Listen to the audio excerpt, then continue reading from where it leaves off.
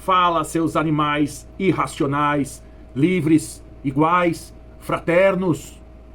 A partir de agora, nós vamos entrar na filosofia do Ocidente, na filosofia burguesa, na filosofia liberal.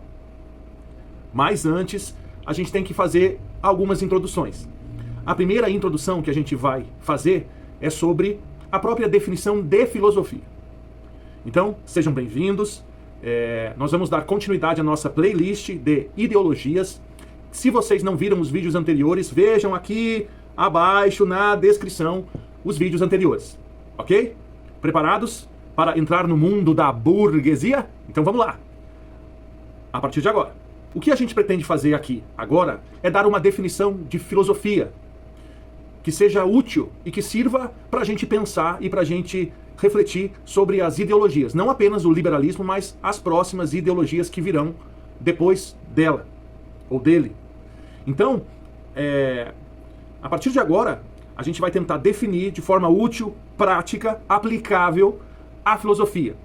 De modo a que a gente entenda, de novo, repito, as ideologias e as próprias relações que a filosofia tem com a teologia para cima e com as ciências para baixo.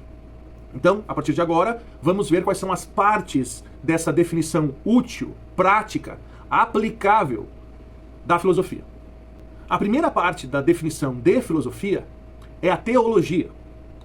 A teologia pensa, reflete sobre Deus, sobre o ser supremo, sobre a natureza de Deus, a natureza divina, do ser divino.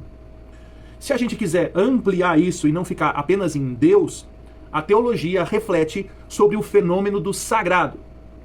Ok? Então essa é a primeira parte de filosofia. A teologia, o sagrado.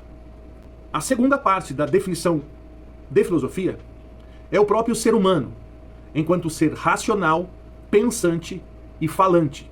A filosofia só existe porque nós, seres humanos, não somos deuses. A gente não sabe tudo, a gente sabe nada.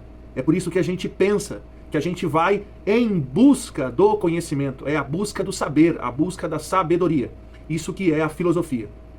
Por isso que a filosofia é essencialmente um fenômeno humano.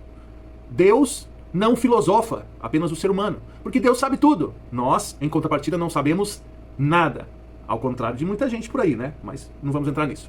A próxima parte da definição de filosofia é a ontologia, que significa o ser enquanto ser. Nessa parte, também chamada de metafísica, a gente reflete sobre o mundo, sobre a realidade, sobre as coisas, sobre os objetos. Então, isso é a ontologia, o ser enquanto ser, a existência do mundo, da realidade, das coisas. A próxima parte da definição de filosofia é a epistemologia, que estuda o conhecimento, aquilo que pode ser conhecido pelo sujeito a partir da ideia, das nossas ideias e dos conceitos.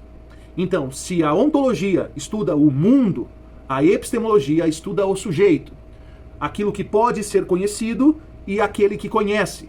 É aí que entra a relação do sujeito com o objeto, a relação epistemológica, que significa que está na base, no fundamento de toda ciência, seja ela qual for.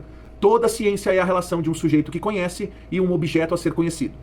A próxima parte da definição de filosofia é a axiologia, que estuda o viver, a vida que vale a pena ser vivida, a vida que tem valor, os valores. Axio é de valores. Portanto, essa parte da axiologia tem um monte de coisas envolvidas nela. Principalmente, já vamos ver quais são. Então, já vimos que a filosofia tem relação com a teologia, estuda a ontologia, a epistemologia e a axiologia. Ok? Então vamos ver quais são as partes que compõem a axiologia. A axiologia parte do ser humano enquanto um ser natural. É aí que entra a filosofia da natureza. A outra coisa que compõe a axiologia é a moral, a ética. O ser humano é um ser que age, que vai em busca do certo e do errado, do justo, do injusto. Então aqui entra a filosofia moral.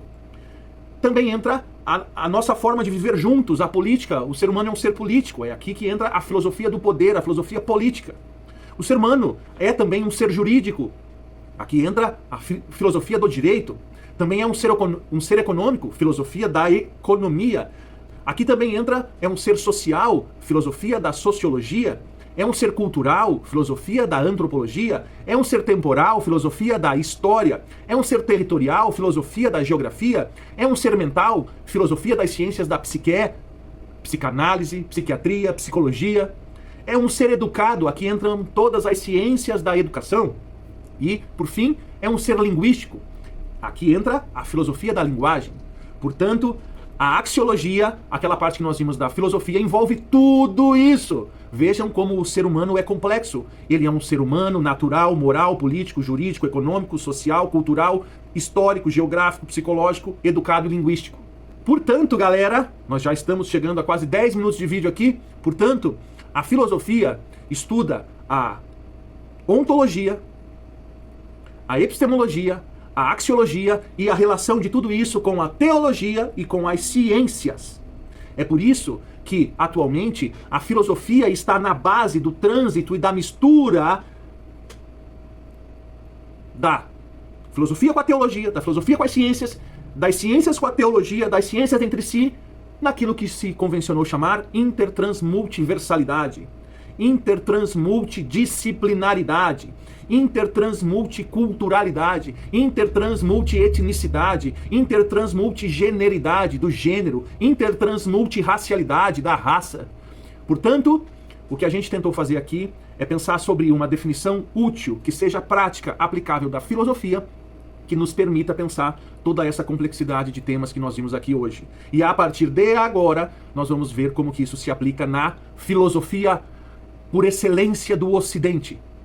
A filosofia do indivíduo livre, o liberalismo. Aguarda aí, que já vem coisa nova. Tchau, tchau, se cuidem, bons estudos sempre, sumam da minha frente.